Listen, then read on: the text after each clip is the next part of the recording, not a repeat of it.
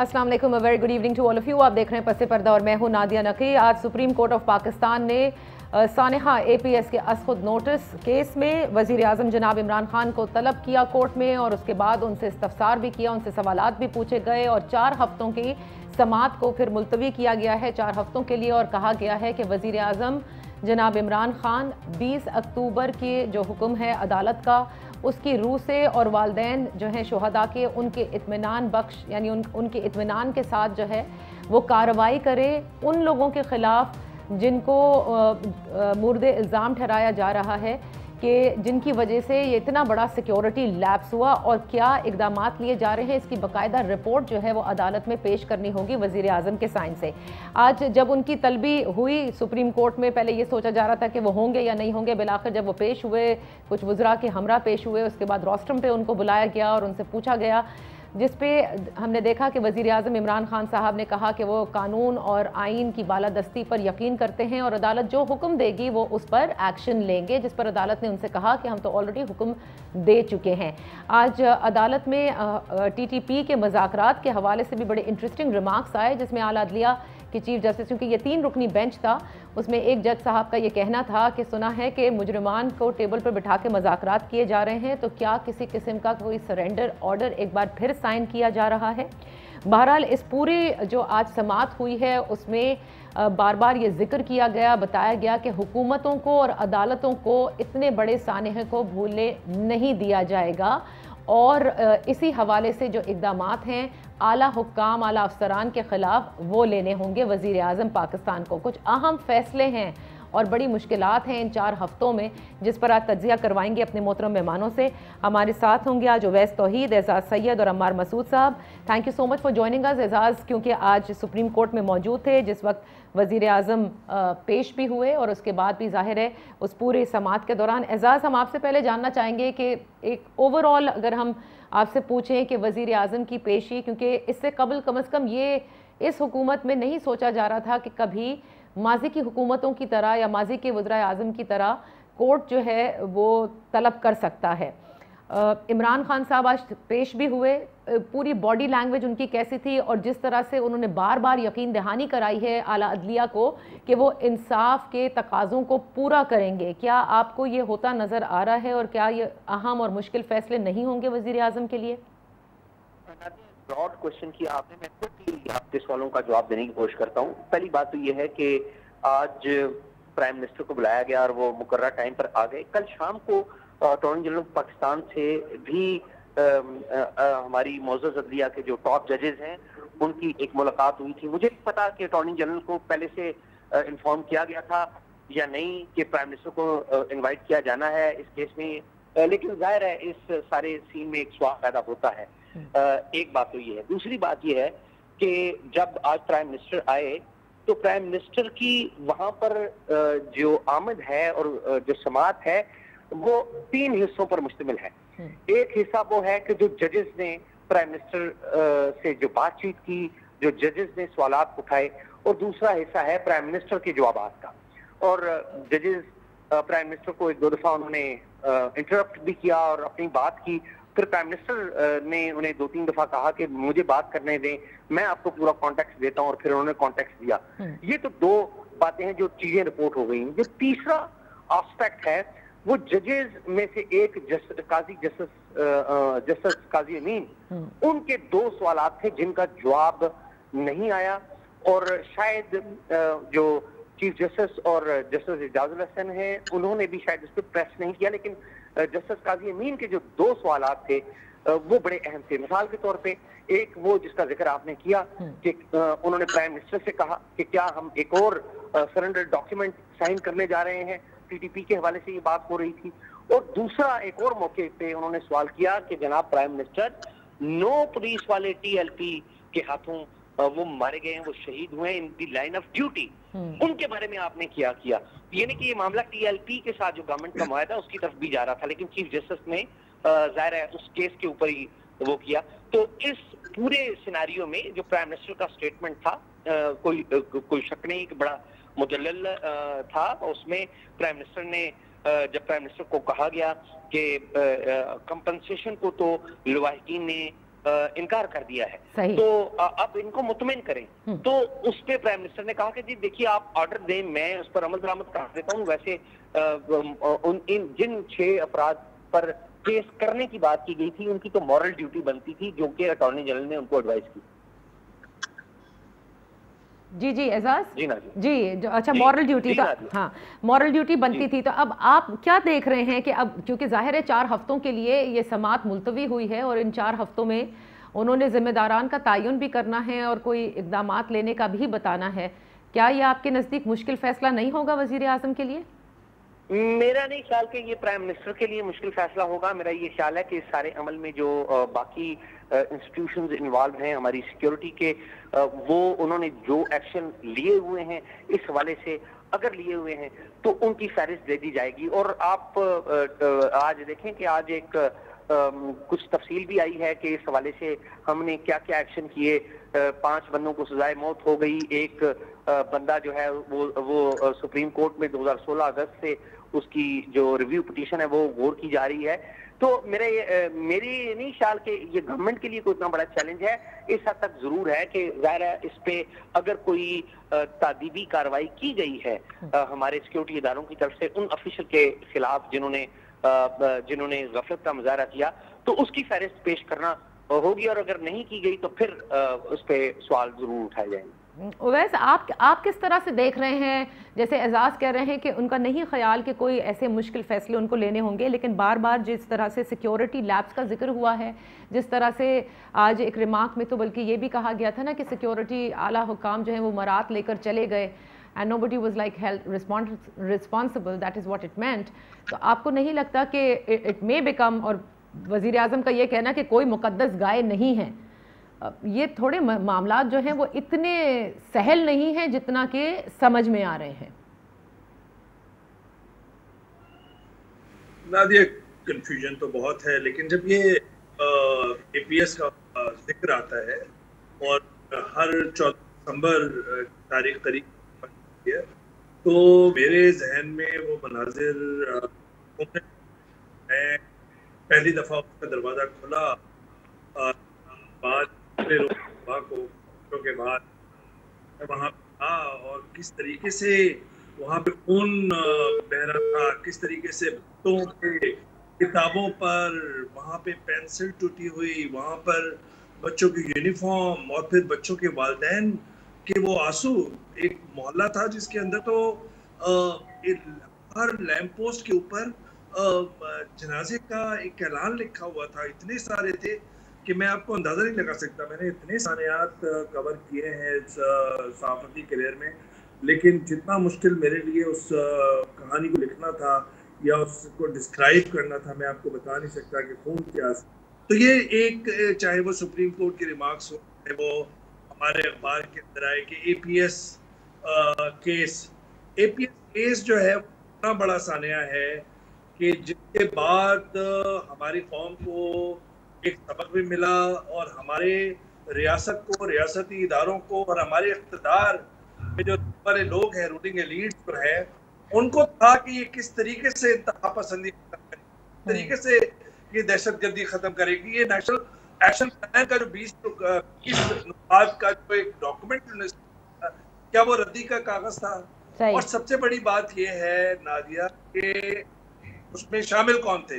तहरीक तालिबान पाकिस्तान। तहरीक तालिबान पाकिस्तान के उन मिलिटेंट्स को कहते हैं हमने सजाएं दे दी और उनको हमने जो है वो फांसी दे दी, लेकिन तहरीक तालिबान पाकिस्तान से तो अब आप बातचीत कर रहे हैं।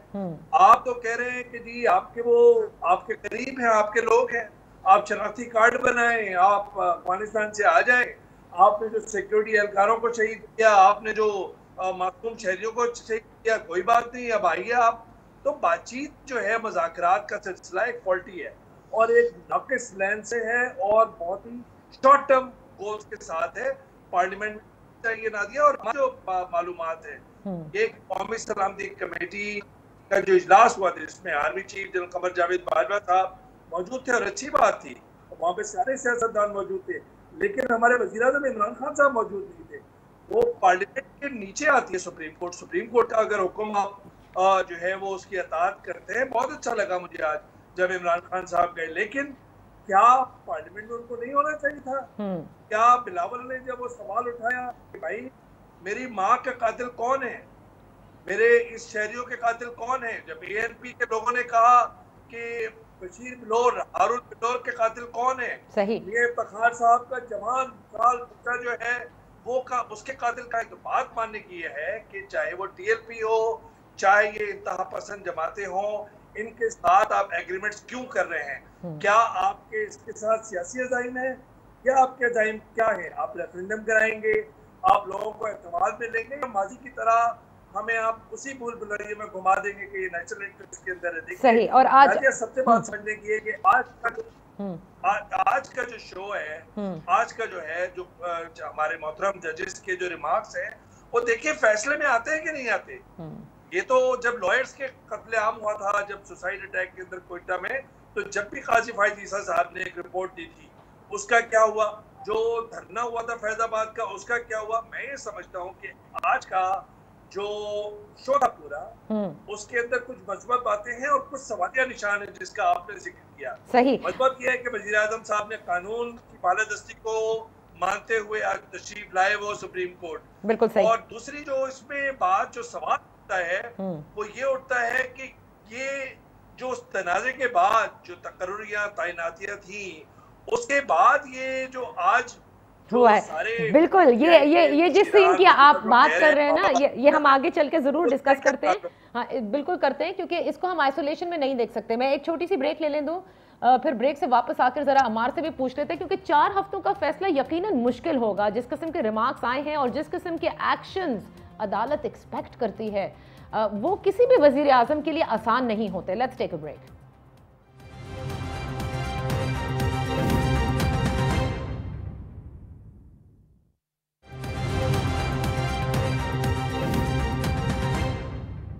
Welcome back. अम्मार मसूद, उवैस तौहीद हमारे साथ हैं। बात हो रही है आज वज़ीर आज़म की पेशी और इसके जो पूरे ज़ाहिर है, इसको हम आइसोलेशन में नहीं देखते। आजकल वैसे ही वज़ीर आज़म के लिए बड़े चैलेंजेस हैं, उस पर भी बात करेंगे। बट अम्मार, आपको नहीं लगता क्योंकि जिस हिसाब के इक़दामात या ज़िम्मेदारों का तयन करने को कहा गया है, गो कि बहुत सारे वज़रा जो हैं, आपने देखा होगा कि वो सोशल मीडिया पर दिखा भी रहे हैं कि देखिए हमने क्या क्या एक्शन लिए, किस किस की फांसी हो चुकी है। They are just talking about those TTP terrorist. But यहाँ पर बात हो रही है सिक्योरिटी लैब्स की, कि वो सिक्योरिटी इदारे कहाँ थे, हमारी इंटेलिजेंस एजेंसी कहाँ थी उस वक्त के, चीफ का भी जिक्र, सबका जिक्र। आपके ख्याल से मुश्किल नहीं है वज़ीर आज़म के लिए? किस पे जिम्मेदारी का तयन वो करेंगे, किसके खिलाफ वो मॉरल जिम्मेदारी भी डाल सकते हैं, या कोई भी वज़ीर आज़म डाल सकता है? जी नादिया, बहुत सूरत हाल गंभीर होती जा रही है। लेकिन अगर रैशनली देखें तो जैसे आपने कहा कि इस मामले को आइसोलेशन में नहीं देखा जा सकता, तो इसके सयाक़ व सबाक़ पर भी गौर करना ज़रूरी है। आज की कार्रवाई ने कुछ सवालात को जन्म दिया। पहली बात तो ये है कि अब जनरल राहील शरीफ या कोर कमांडर पेशावर या जनरल ज़हीरुल इस्लाम के हवाले से बात हो रही है, चौधरी निसार का और परवेज खटक का नाम भी आ रहा है। ये नाम हमारे माशरे में कभी इस तरह नहीं लिए जा सकते थे, और ये कोई रॉ के एजेंट नाम नहीं ले रहे, ये कोई इंडिया की स्पाई कंपनी के लोग नाम नहीं ले रहे, ये उन शहीद बच्चों के वालिदैन जो हैं वो नाम ले रहे हैं, और इतना पब्लिकली यहाँ पर बात हो रही है। दूसरी बात, एक सवाल ये भी उठता है, इमरान खान कभी फॉरेन फंडिंग केस में पेश नहीं हुए, आज इतनी जल्दी वो कैसे पेश हो गए? मैं सवालात उठा रहा हूँ, इसके जवाबात हमें सबको सोचने चाहिए। और आज वो 11:30 बजे उन्हें बुलाया गया, 11:30 बजे वो वहाँ पर पहुँच गए। तीसरी बात ये है कि जो मुतासरीन हैं, जो लवाहिकीन हैं, उनमें से, और अगर आप मतीउल्लाह जान साहब का YouTube देखें तो उसमें 2 सवालात बड़े खौफनाक उठे। एक बच्चे की वालिदा ने बताया कि जब कोर कमांडर पेशावर जो थे, उनके पास ये अपनी दाद फरियाद लेके गए, अपने बच्चों के कत्ल का मुकदमा लेके गए, तो उन्होंने कहा, हिदायतुल्लाह शायद उनका नाम था, तो जनरल हिदायतुल्लाह ने कहा क्योंकि बच्चे तो मरते रहते हैं, तुम और बच्चे पैदा कर लेना। ये उनका कोट अनकोट जुमला है। दूसरी बात मनीज़े जहांगीर साहिबा ने फरमाई, उन्होंने कहा कि हमें इस सवाल का भी जवाब चाहिए कि जब APS का सानहा हुआ तो पुलिस वहां पर पहुंच गई थी, अंदर दहशतगर्दी हो रही थी, बच्चों को ज़िबा किया जा रहा था, मासूम जानों को कत्ल किया जा रहा था, उनके जिस्मों को छलनी किया जा रहा था, पुलिस को अंदर दाखिल होने की इजाज़त नहीं दी गई। आधा घंटा पुलिस बाहर तमाशाई बनी रही और उस पर कोई बात नहीं। जो आज की कार्रवाई है, ये अगर आपने अपने इंट्रो में ये कहा कि हम कभी भी एपीएस के बच्चों को नहीं भूलेंगे, उनके गम को नहीं भूलेंगे, मैं बड़ी माजरत के साथ आपसे इख्तलाफ करता हूँ। हम गुज़िश्ता 7 सालों से उन बच्चों को, उन वालिदैन को, उनके गम को, उनके खून को भूल चुके हुए हैं। हमें बिल्कुल किसी एक अहम मौके पे, किसी एक अहम दिन पर शायद उनकी याद आ जाए और वो भी चंद टिकर्स तक और चंद खबरों तक वो बात महदूद रहती है। लेकिन ये जो अचानक इस इशू को इतना हाइप अप कर दिया, इससे एक तो बात पता चलती है कि अब इस इशू का कोई ना कोई नतीजा निकलेगा। अच्छा। क्योंकि इतना हाइप अप करके आप दोबारा इन वालिदैन को, नाजरीन को, पाकिस्तानियों को किसी ट्रक की बत्ती के पीछे नहीं लगा सकते। अब आपको कुछ सवालात के जवाब देने होंगे रियासत पाकिस्तान को, हुकूमत पाकिस्तान को। और शायद हम ये देख लें अपनी जिंदगी में कि चीफ ऑफ आर्मी, साबिक चीफ ऑफ आर्मी स्टाफ राहील शरीफ ज़हीरुल इस्लाम, जो इस वक्त बड़ी रिलैक्स किस्म की पुरतयश जिंदगी गुजार रहे हैं, वो अदालत के कटहरे में खड़े इन सवालात का जवाब दे रहे हैं। जो बातें असल नुक्ता जो इसमें से निकलेगा, ये एजम्पशन है, ये तजिया है, खबर बिल्कुल वो ये है कि एक नया कॉन्सेप्ट क्रिएट किया जा रहा है पॉलिटिकल इंजीनियरिंग के लिए। और वो कॉन्सेप्ट अभी आज़ाद सैयद ने भी उसके हवाले से बात की, रिमार्क्स के हवाले से, कि तहरीक तालिबान पाकिस्तान को भी मेन स्ट्रीम किया जाए, उनको पॉलिटिकल धारे में शामिल किया जाए, तहरीक लब्बैक को भी शामिल किया जाए और फिर तहरीक इंसाफ को भी शामिल किया जाए, उन सब के साथ एक मर्जर किया जाए। इन तीनों जमातों में कुछ खूबियां हैं, ये मुतशद्दिद जमातें हैं, इनका जमहूरियत पर कोई यकीन नहीं है, ये धरने, इख्तलाफात और जो है दंगा फसाद पर यकीन रखते हैं। अच्छा, लेकिन अभी ये तहरीक तालिबान पाकिस्तान का आपने जिक्र किया, पहले मुझे बस एक जुमले में बता दीजिए, आपने सवालात बिल्कुल जायज़ उठाए हैं अम्मार, लेकिन 4 हफ्तों में वज़ीर आज़म, हम मतलब एंटिसिपेट कर लें या ख्वाहिश हमारी ज़रूर हो सकती है कि फिर हम आला अफसरान के ऊपर जिम्मेदारी का तयन कर लें, लेकिन होते नहीं दिख रहा। आपको दिख रहा है? कुछ नहीं होगा, कुछ नहीं होगा, नहीं। क्योंकि ओवैस ने भी कहा ना कि रिमार्क्स तो पहले भी उन्होंने कोट भी किए पिछले केसेस के, जिसमें रिमार्क्स ऐसे होते हैं कि लगता है कि इंसाफ के तकाज़ों को पूरा करते हुए कोई बड़ा डिसीजन आएगा, लेकिन वो फिर वो रिमार्क्स की हद तक रह जाते हैं। ओवैस अभी जो टीटीपी अगर आपकी एक जुमला में आपकी जान से जो कुछ आज हुआ है, जाहिर है सारे सेन लोगों को यही पता है कि वो सब कुछ जो जमहूरियत पसंद चाहते हैं, वो सब कुछ पाकिस्तान में कभी हुआ नहीं है। तो फिर ये आज क्यों हुआ है, इसका शायद हमें अंदाजा कुछ अरसे के बाद हो और इसका नतीजा कोई पॉलिटिकल इंजीनियरिंग की सूरत में निकले। अच्छा, इतना सेफली कहा। अच्छा, आप कह रहे हैं पॉलिटिकल इंजीनियरिंग की सूरत में निकले, जबकि बार बार एक ये भी बड़ी पाक कॉरिडोर्स में बात होती रहती है कि वो जो सहारा था वो भी हटा लिया गया है और अब मतलब this government has to function on its own. अगर मैं आपकी बात पर यकीन कर लूँ तो फिर इसका मतलब सहारा भी मौजूद है। ब्रेक लेती हूँ, वैसे पूछते हैं कि अब ये जो मामलात हैं ये किस तरह से आगे बढ़ेंगे, क्योंकि टीटीपी का जिक्र जो किया गया है और अदालत ने भी किया है, एजाज़ ने भी इसका जिक्र किया, तो क्या इसके तनाजुर में हम ये समझें कि बातचीत जो हो रही है उसको एक मरतबा फिर से रिव्यू किया जाएगा या नहीं किया जाएगा? Right after this break.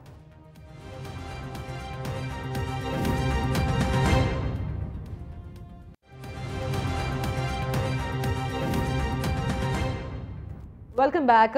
मैं अपने इस आखिरी सेगमेंट में बहुत सारी चीज़ें जो आप दोनों से पूछना चाहूँगी। ओवैस, आपको लगता है कि टीटीपी के जो मुज़ाकरात हैं इन पर किसी किस्म का कोई असर पड़ सकता है? ऑपोजिशन नहीं चाहती कि ये मुज़ाकरात हों, अंदरूनी कहानी भी पार्लियामेंट्री कमेटी की सबके सामने है और आज जो रिमार्क्स हैं वो भी आपके सामने है। You think there will be a review, या आप अग्री करते हैं अम्मार से कि ये बड़ी सोची समझी प्लानिंग के तहत जो है ये मुज़ाकरात किए जा रहे हैं? देखिए, ये तो खैर बहुत पहले से मुआहदे हो रहे हैं, उसका जिक्र करते हैं, लेकिन विद ड्यू रिस्पेक्ट कि अमार मसूद साहब जो बात कर रहे थे, देखें जो टेरर अटैक होता है या टेरर कोई टेररिस्ट होता है या कोई ट्रेजेडी होती है, उसके बाद बहुत सारी कंस्पिरेसी थ्योरी जुड़, तो खुद उनको कवर किया है, खुद उनके मिलबरा देखे हैं आंखों से। मैं समझता हूँ कि लास्ट सेगमेंट के अंदर मुझे लगा ऐसा साजिशी थ्योरी या बहुत ही वेग या एम्बिग्यूअस को मिला, उससे कोई लेना देना नहीं है। Coming to your point, coming to the point which you have asked, TTP, देखिए टीटीपी से कुछ नहीं हुआ, क्योंकि इनको इस समझ में नहीं आता कि अकीदे की बुनियाद पर इंतहा पसंद है, इंसान कोई भी माहिदा नहीं उसके रिजल्ट निकल सकते। नवाज शरीफ साहब ने भी एक कमेटी बनाई थी तालिबान से बात करने, इमरान खान साहब ने दफातर खोलने की बात की थी, जब पेशावर के अंदर इमरान साहब ने कहा था कि हमारे, कुछ लोगों ने कहा कि ये हमारे बच्चे हैं।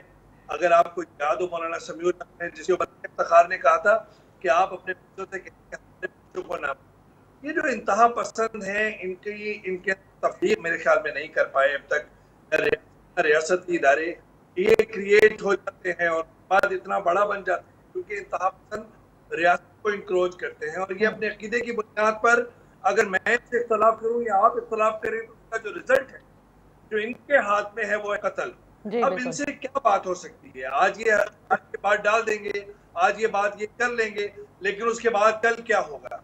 ये तो रियासत को इंक्रोच करें, और जो कॉमपरस जमाते हैं और कॉमपरस ग्रोह हैं उन वो आइन और कानून के तहत अपने जायज नाजायज मुतालबात मनवाते हैं, मांगते हैं रियासत से, और रियासत उनको इनकार करती है। तो ये कैसा तजाद है?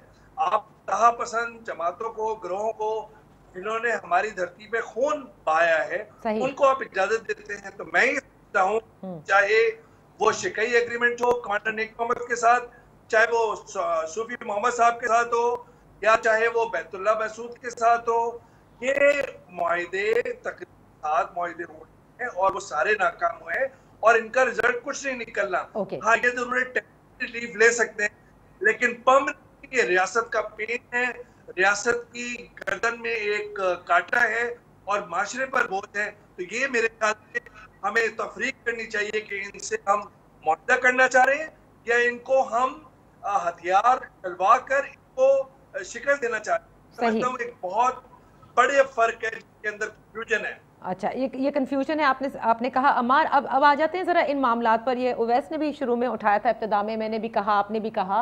देखिए, लेट्स स्टार्ट फ्रॉम, बिकॉज बाज़ हल्के ये कहते हैं कि इमरान खान साहब के लिए चैलेंजेस बहुत सारे हैं।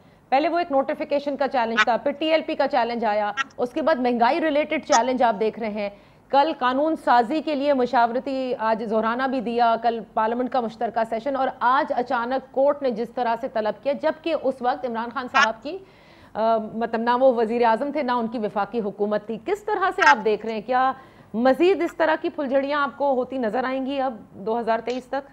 जी, 2023 तो आपने आगे की डेट दे दी। ये मामला मुझे लगता है कि जल्दी निमट जाएंगे। ये बात आपकी बिल्कुल दुरुस्त है। इमरान खान के खिलाफ घेरा तंग हो रहा है। उसके मामला बुनियादी तौर पर DGI की अपॉइंटमेंट पे जो इख्तलाफ हुआ उससे शुरू हुए, जनरल फैज से जिस दुलार का, जिस मोहब्बत का इजहार किया गया, और जिस तरह वो उन्हें ISI का चीफ रखना चाहते थे और जिस तरह उन्होंने नवंबर की 20 तारीख की डेट दिलवाई है, उससे इख्तलाफात बहुत ज़्यादा बढ़ गए हैं। और दो factions within the organisation भी हमें बड़े क्लियर नज़र आ रहे हैं। पहले नज़र आ रहे थे, अब चीज़ें बहुत ज़्यादा क्लियर हो गई हैं और अब मामला किसी और तरफ जा रहे हैं। और इस तरह हुकूमतें हमने देखा है कि माजी में इसी तरह शुरू होती हैं। लेकिन इस वक्त अगर आप देखें इमरान खान साहब की हुकूमत का सबसे बड़ा दुश्मन कौन है, तो ना वो नवाज शरीफ है, ना आसिफ जरदारी है, ना मरियम नवाज है, ना खुर्शीद शाह है, ना सुप्रीम कोर्ट है, ना कमर बाजवा है, ना इस्टेब्लिशमेंट है। असल में इमरान खान की हुकूमत का सबसे बड़ा दुश्मन इमरान खान खुद है। और जिस तरह महंगाई, वाहिद एक लफ्ज में बात की जा सकती है कि इस हुकूमत के हवाले से जो कुछ आइंदा होगा उसमें बुनियाद महंगाई को बनाया जाएगा। अभी वो आर्मी चीफ साहब ने भी फरमाया है एक जगह कि मईशत हमारी अच्छी नहीं चल रही। ये इसी तरह के कंसर्न जब नवाज शरीफ साहब की हुकूमत जा रही थी, जब 5.8 ग्रोथ रेट था, तब भी कहा गया था मईशत अगर बुरी नहीं है तो अच्छी भी नहीं है। इस वक्त तो वाकई बुरी है। तो अब ऐवानों में भी आपको पता है कि हमारे ऐवान जो है वो ज़्यादातर पपेट्स ही बन गए हुए हैं, और मतलब चेयरमैन सेनेट का अगर ये खुद अपना चेयरमैन नहीं मुंतखब कर सकते, कोई करारदाद नहीं मंजूर कर सकते अपनी मर्जी से, तो फिर ये जो कुछ हो रहा है इसके पीछे भी कुछ नादीदा हाथ लगते हैं। तो इमरान खान साहब अब इज इन थिक सूप, और आगे मैं आपको कता कलामी करना चाहूंगी। जब चेयरमैन सेनेट या सेनेट के इलेक्शंस हो रहे थे और चेयरमैन सेनेट मुंतखब हो रहे थे, ऑपोजिशन बार बार ये कह रही थी कि न्यूट्रलिटी का सबूत हमें मिल जाएगा, राइट? कल जो कानून साजी हो रही है, तो आप जो कह रहे हैं या बाज लोग जो कहते हैं कि अब इतना सपोर्ट इनको नहीं है हुकूमत को, क्या ये सबूत कल से मिल सकता है? कल बिल्कुल मिलेगा, कल बिल्कुल मिलेगा, इसलिए कि अब सूरत हाल बदल गई है। अब न्यूट्रलिटी का सबूत देना मजबूरी है। अच्छा, जो अगर आप मुझे थोड़ी सी सराहत से बात करने दें, तो एक बात जिससे ये इख्तलाफात पैदा हुए हैं, वो इस्टेब्लिशमेंट की तरफ से एक पैगाम इमरान खान साहब को पहुंचाया गया था कि तो अगले इलेक्शन जब भी होंगे तो उसमें हम आपके साथ नहीं होंगे, हम किसी के साथ नहीं होंगे, free and fair election.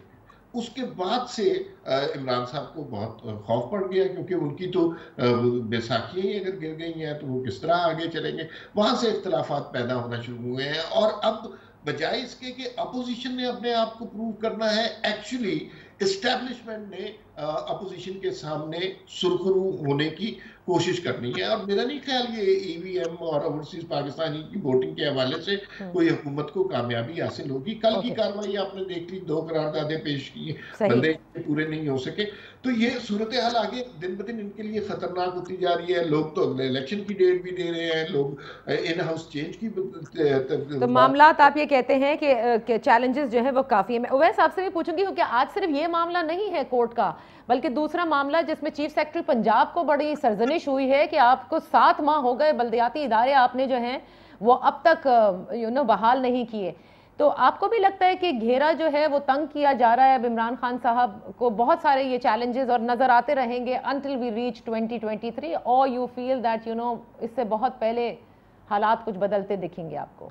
I believe Nadia कि 90s में जो हुकूमतें जिस तरह तब्दील हुई हैं, नवाज शरीफ साहब की और बेनजीर साहिबा की, और उसके बाद फिर जिस तरह एक कू हुआ मुशर्रफ साहब के हाथों नवाज शरीफ साहब की हुकूमत का, तो मुझे लगता है कि we are in habit of actually speculative analysis तो मैं नहीं कर सकता कि वाकई में कौन इनके पीछे है और क्या है और किसके दरमियान इख्तलाफात हैं।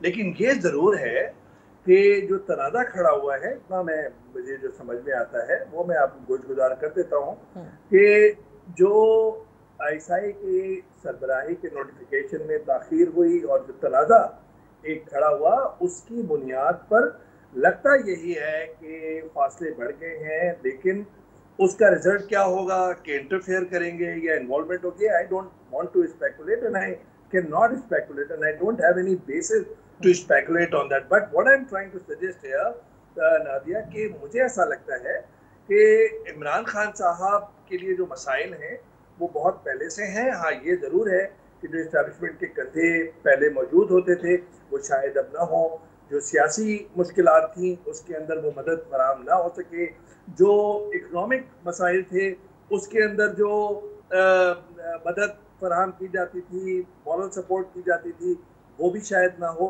तो इस तरह अब अपने मसाइल आप खुद हल करेंगे, ये पैगाम मुझे लगता है एज ए सियासी, अगर मैं ऑब्जर्वर के तौर पे या मुशाहिदा करने की कोशिश करूं, और इसी दरार को, इसी फासले को नापना चाहते हैं, जांचना चाहते हैं अपोजिशन जमातों का इत्तेहाद पीडीएम, बिलखुसूस मौलाना फजल रहमान साहब की जेयूआई और शरीफ साहब की क़यादत में नून लीग।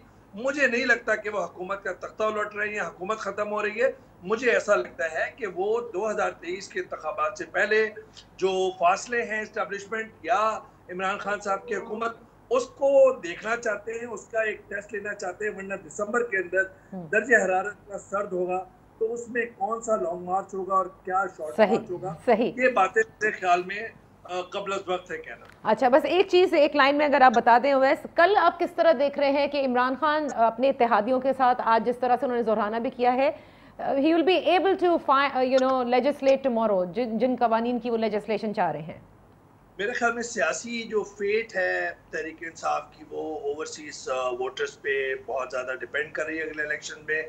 इसी वजह से वो इसको जिहाद समझ रहे हैं और ये मामला मेरे ख्याल में तनाज़ात का मज़ीद शिकार होगा और शायद वोट के हसूल में उतनी आसानी ना हो जितनी माजी में होती। तो कहीं ना कहीं एतमाद का फुकदान नज़र आता है। Okay, thank you so much. आप दोनों का बहुत शुक्रिया। कल का बड़ा अहम इजलास है जिसमें तारीख़ी कवानीन कहते हैं पाकिस्तान तहरीक इंसाफ की हुकूमत की एलानी होगी, जिसके हवाले से आज ज़ोराने में उन्होंने जिक्र भी किया। देखना है कल अपोजिशन मुत्तहद होकर क्या कर सकती है या एक मरतबा फिर तहरीक इंसाफ बासानी अपने जो कवानीन समझती है बेहतर है वो पास करने में कामयाब होगी। अल्लाह हाफ़िज़।